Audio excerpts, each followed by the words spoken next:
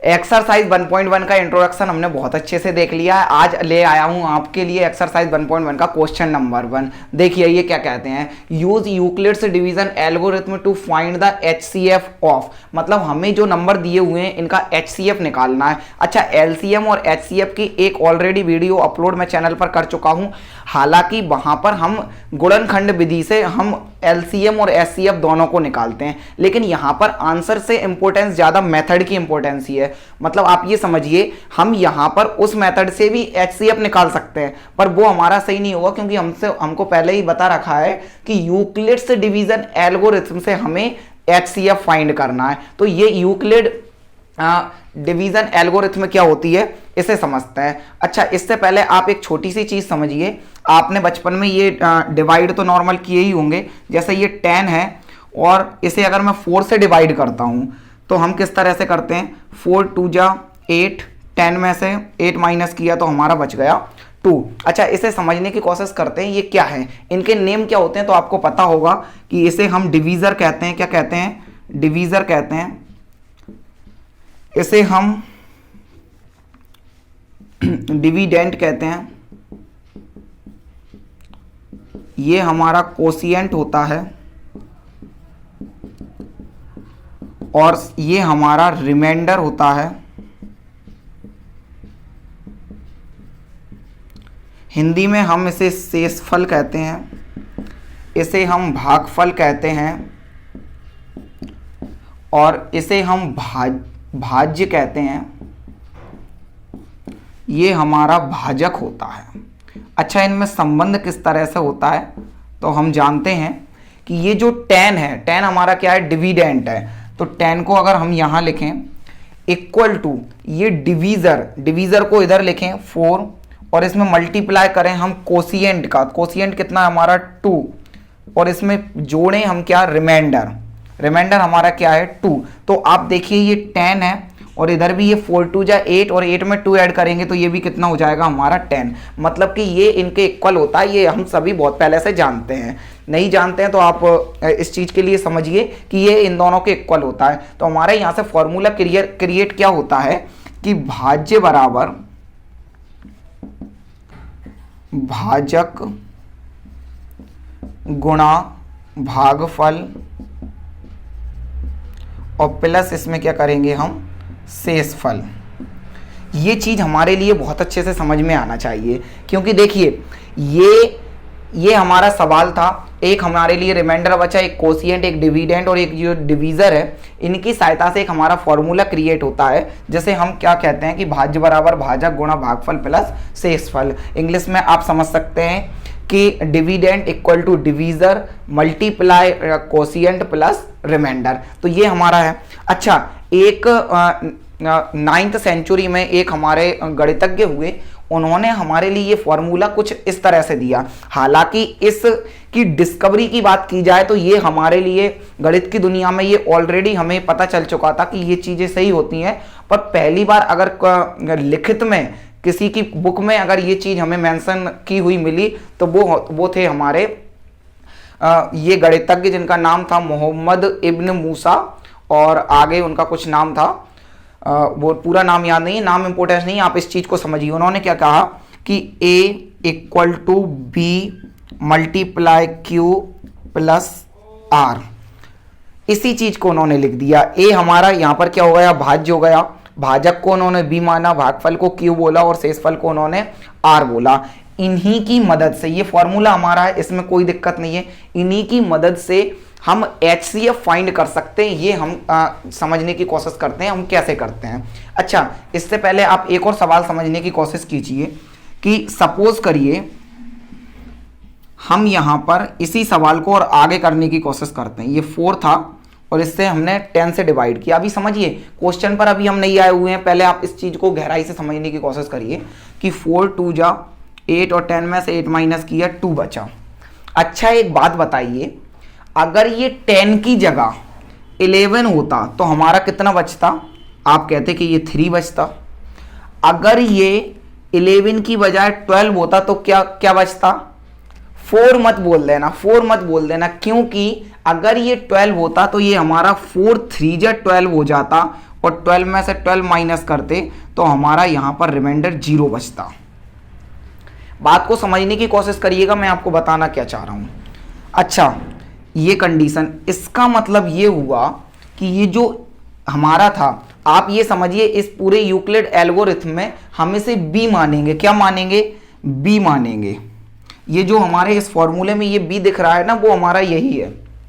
ये जो बी है ना, ये हमारे रिमाइंडर्स, अच्छा रिमाइंडर हमारा 4 नहीं हुआ, क्योंकि जैसे ही 4 हुआ तो हमने उसे टेबल में कवर कर लिया।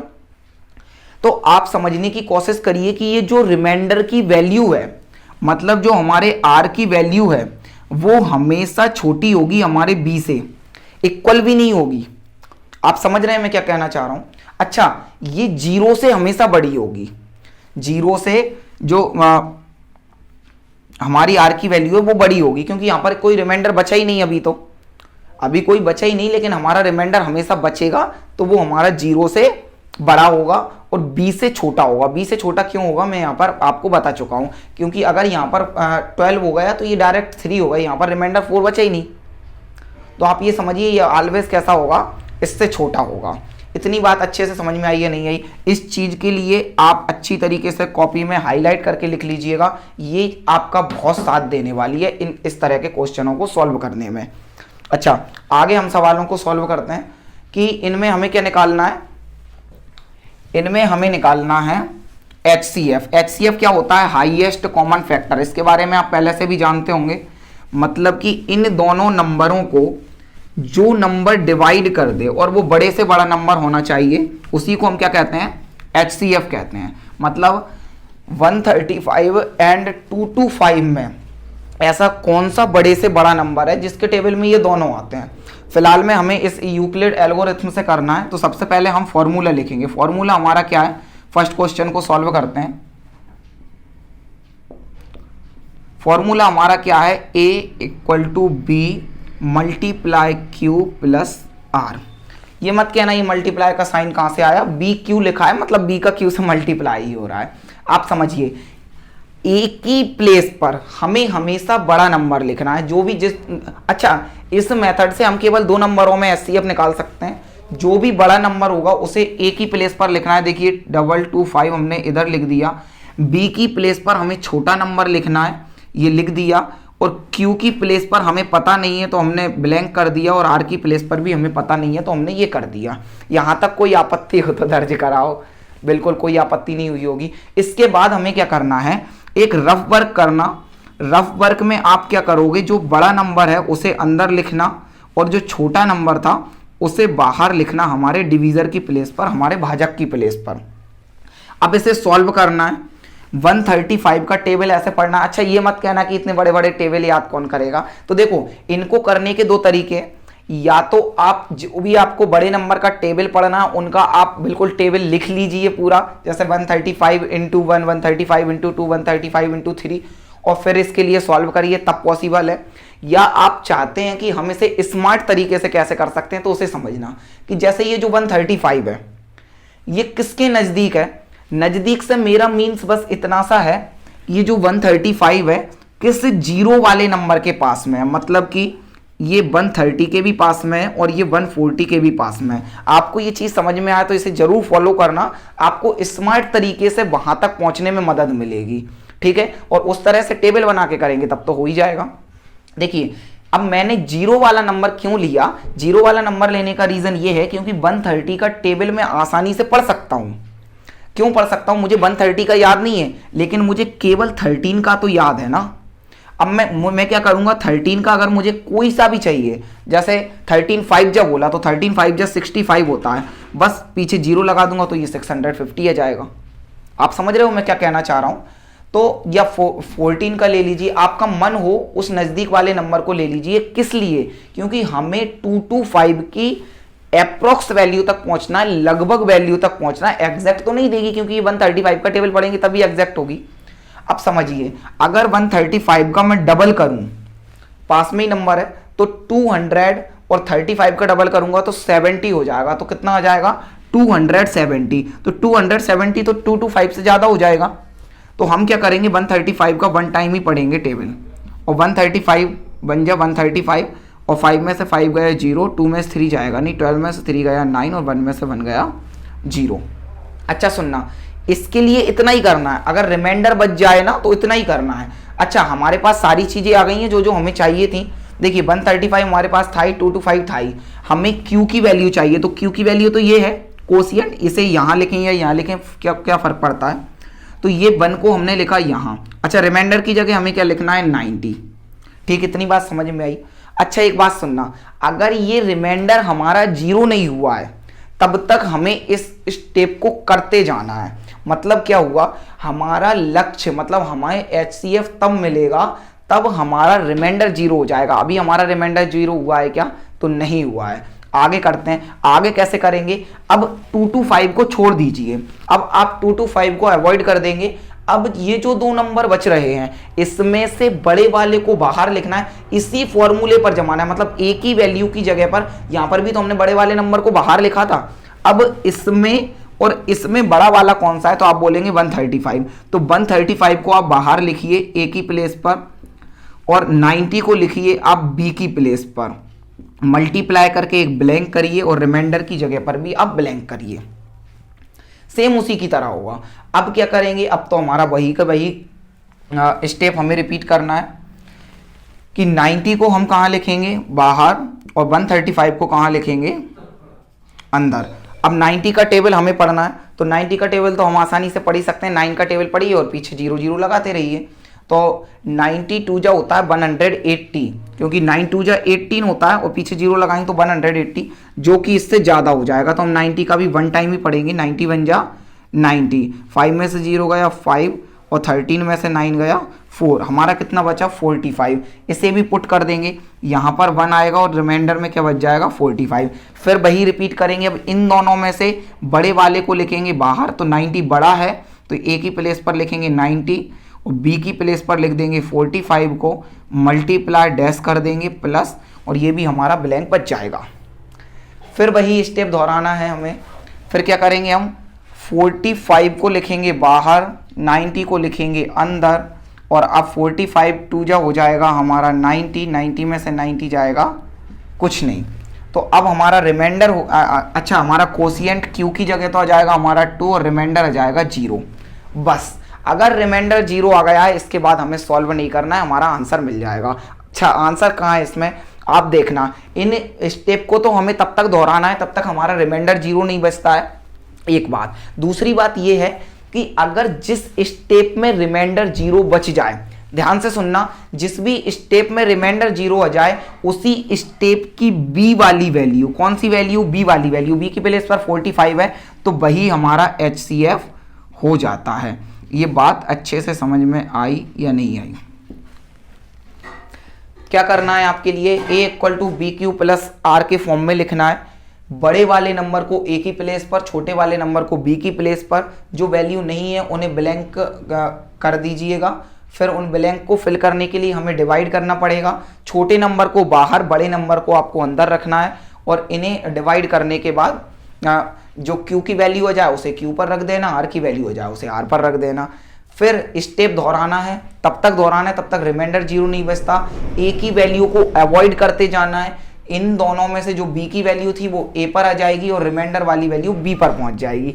इस तरह से जिस स्टेप में हमारा 0 आंसर आ जाएगा वही हमारा फाइनल, जिस स्टेप में हमारा 0 रिमाइंडर बच जाएगा उसी स्टेप की B वाली वैल्यू हमारा HCF होती है। आप इसके लिए चेक, हमारी जो गुणनखंड विधि है उससे भी आप इसे चेक कर सकते हैं कि क्या हमारा इस मेथड से रिमाइंडर सही निकल रहा है। सेम इसी तरीके से हमारा ये करेंगे। इसे थोड़ा फास्ट करूंगा क्योंकि ये थोड़ा सेकंड वाला सवाल है और फर्स्ट वाला तो मैं आपके लिए बहुत डिटेल में बता चुका हूँ, तो इसमें ज़्यादा टाइम नहीं लूँगा, थोड़ा फास्ट बताऊँगा, समझने की कोशिश करिएगा। अच्छा, इसके लिए भी हम सॉल्व करने के लिए क्या करेंगे, A = BQ + R। A की प्लेस पर बड़ा नंबर हो जाएगा 38220, B की प्लेस पर हमारा क्या हो जाएगा 196 मल्टीप्लाई, और Q की प्लेस पर हमारा ब्लैंक, और R की प्लेस पर भी हमारा क्या हो जाएगा ब्लैंक हो जाएगा। रफ वर्क करने के लिए हम क्या करेंगे, ये हमारा रफ वर्क है। रफ वर्क करने के लिए वही का वही हम करेंगे छोटे वाले नंबर को हमें करना 196 और इधर क्या लिखेंगे 38220। अच्छा, इन्हें सॉल्व करने के लिए, अच्छा ये मत कि बोलिएगा कि 196 का टेबल नहीं आता, तो हमें पता है 196 से 200 के समथिंग होता है, तो हमें पता है एक साथ हमें 3 डिजिट को लेना पड़ेगा, और हमें पता है 200 जब बोलेंगे तो हमारा 400 के आसपास पहुंचेगा। अच्छा, 400 से कम पहुंचेगा क्योंकि 196 से 200 से छोटा होता है, इसका मतलब जो भी आंसर होगा वो हमारा 400 से, क्योंकि 2 2 4 होता है, मतलब कि 2 2 4 होता है, मतलब जो भी आंसर होगा वो 400 से हमारा कम होगा। तो 400 से कितना कम होगा, तो ये अगर हमारा 200 में 4 कम है तो 2 टाइम में 8 कम हो जाएगा, मतलब 400 में 8 कम होगा तो 392 हो जाएगा। आप सिंपली इतने में प्रॉब्लम आ रही है तो आप 196 का मल्टीप्लाई 2 से करेंगे तब भी आपके लिए कितना मिलेगा, 392 मिलेगा। 392 इससे ज़्यादा हो रहा है तो हम 1 टाइम ही टेबल पढ़ेंगे और हम क्या लिखेंगे, 196 बन जा 196, 12 में से 6 जाएगा 6 बचेगा, 7 में से 9 जाएगा नहीं, 17 में से 9 जाएगा तो 8 बचेगा, और 2 में से 1 गया 1 बचा 186। अब हम यहाँ से 2 लेंगे और 2 लेने पर अब हमें टेबल पढ़ना पड़ेगा, तो इसका भी हम डायरेक्ट पहुँचते हैं क्योंकि 2 9 जा कितना होता है 18, मतलब कि हम 1800 तक लगभग पहुँच चुके हैं।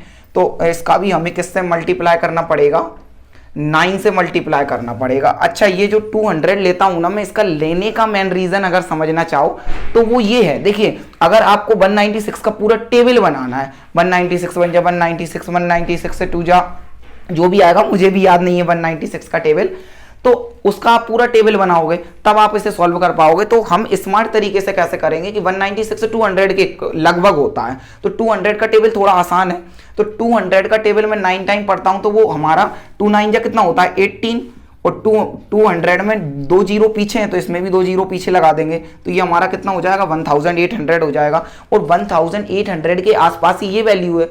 अब जब ये आसपास है तो हम 9 का मल्टीप्लाई करके देख लेंगे, तो 9 6 जा होता है 54, 54 का 4 कैरी 5, 9 9 जा 81, 81 और 5 86 का 6 कैरी 8, और 9 1 जा 9, 9 और 8 17, ये हमारा कितना आ गया 1764। 12 में से 4 गया 8, 5 15 में 6 गया 9, 7 में 7 गया 0, और 1 में से 1 गया 0। अब हमारा क्या बचा हुआ है, 0 बचा हुआ है। अब इस 0 को लेंगे और अब हमारा क्या होगा, आप समझिए 196 अब हमें कम पहुंचा है 980 के आसपास, मतलब कि 1000 के आसपास समझिए, और हमें पता है 200 का हम लेते हुए आए हैं, तो 205 जब 100 होता है, और ये भी 100 के लगभग है, अप्रॉक्स वैल्यू है। अच्छा, 196 200 से तो कम है, मतलब कि जो भी वैल्यू आएगी 200 का 196 का 5 से मल्टीप्लाई करने पर वो 1000 से कम आएगी, और ये भी तो हमारा 1000 से कम ही है, तो हमें से 5 से ही मल्टीप्लाई करके देख लेते हैं। 196 मल्टीप्लाई 5, 5 6 जा 30 का 0 कैरी 3, 5 9 जा 45 और 3 48 का 8 कैरी 4, 5 1 जा 5 और 4 9, 980। देखिए ये हमारा क्या आ रहा है 980। अच्छा, ये 1764 हमने कितने टाइम में लिखा था, 9 टाइम में, तो ये 9 यहाँ नहीं लिखा था, आई एम सॉरी। अब आप समझिए कि 980, तो हमने यहाँ पर 5 टाइम में 980 लिखा है, और 980 में से 980 गया तो हमारा कितना बचा 0। रिमाइंडर हमारा 0 फर्स्ट टाइम में ही बच चुका है, तो कोई प्रॉब्लम नहीं, बहुत अच्छी बात है, हमें करना नहीं पड़ेगा। कोशिएंट की जगह हमारा क्या आ जाएगा 195, और रिमाइंडर की जगह हमारा 0 आ जाएगा। सिंगल स्टेप में हमारा आंसर कंप्लीट हो जाएगा। अच्छा, जिस स्टेप में 0 आ जाएगा उसी स्टेप की बी वाली वैल्यू हमारी HCF होती है, मतलब कि ये वाला हमारा HCF हो जाएगा। उम्मीद है आपको ये बहुत अच्छे से समझ में आ रहे होंगे।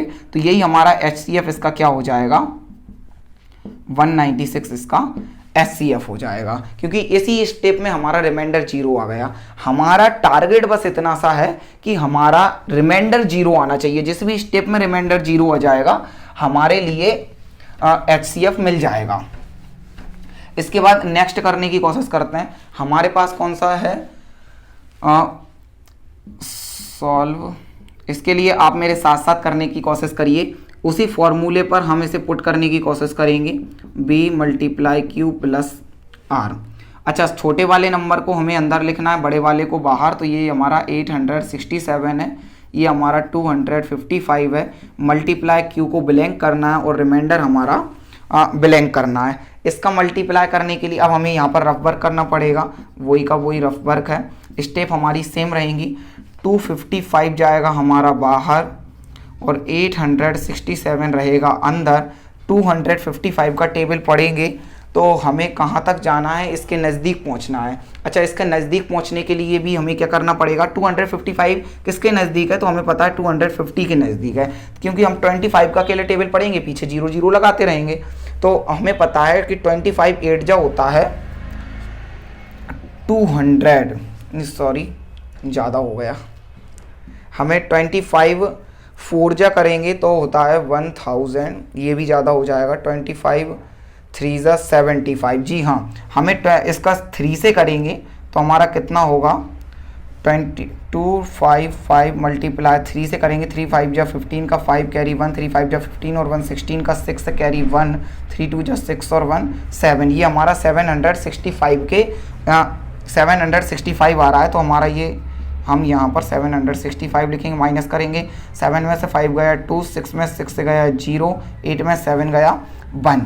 अच्छा, अभी हमारा 102 बच रहा है रिमाइंडर, तो हम Q की जगह वैल्यू क्या पुट करेंगे 3 और 102 हमारा रिमाइंडर बचेगा। अच्छा, इसे और आगे कंटिन्यू करना है, कंटिन्यू क्यों करना है, क्योंकि अभी तक हमारा रिमाइंडर 0 नहीं आया। अब इसे अवॉइड कर देंगे और ये जो 255 था ये हमारा बाहर आ जाएगा और जो रिमाइंडर की वैल्यू थी वो B की प्लेस पर आ जाएगी,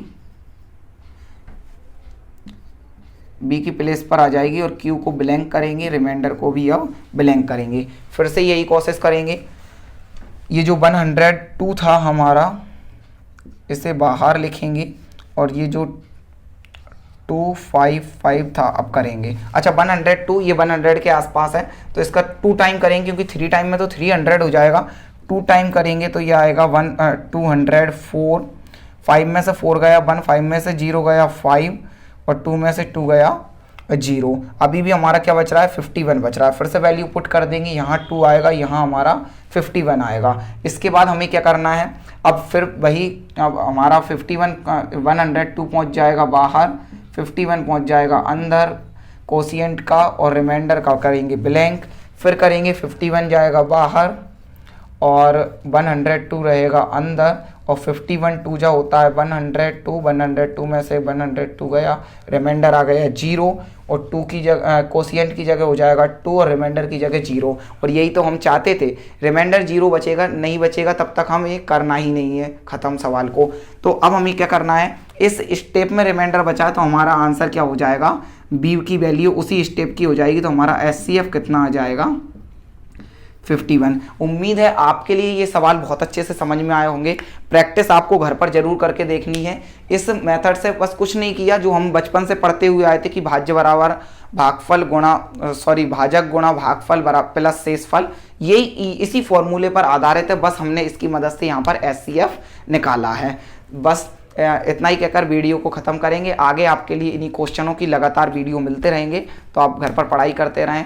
वीडियो पसंद आई हो, मेहनत दिखती हो तो वीडियो को लाइक करें, चैनल को सब्सक्राइब करके बेल आइकन के ऑल पर प्रेस करें और इस वीडियो को ज़्यादा से ज़्यादा दोस्तों तक शेयर करें। अच्छी चीज़ें सभी तक पहुंचानी चाहिए।